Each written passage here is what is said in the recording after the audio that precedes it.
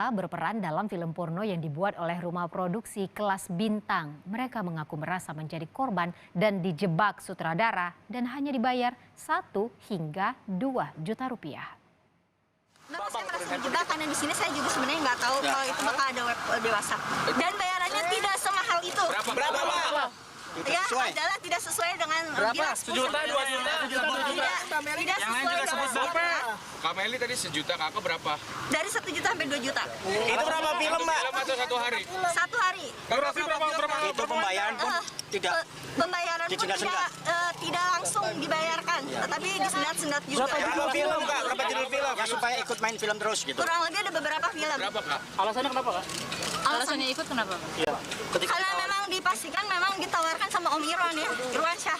Jadi semuanya memang disuruh dan dipaksa sama Irwansyah. Aku tadi cuma ngadirin panggilan doang dan aku juga masih jadi saksi. Aku nggak ada mangkir sama sekali sama panggilan. Berapa pertanyaan, Kak, tadi? Aku tadi ada 38 pertanyaan. Apa aja, Kak? Banyak. Paling banyak apa, Kak? Seputar apa, Kak? Ah, Seputar apa? Keterlibatan atau ini segala paling macam? seputar keterlibatan sih. Tapi aku jatuhnya juga keterlibatannya aku cuma dimanfaatin sih sama si pelakunya gitu. Mbak Meli dibayar berapa sekali main, Mbak?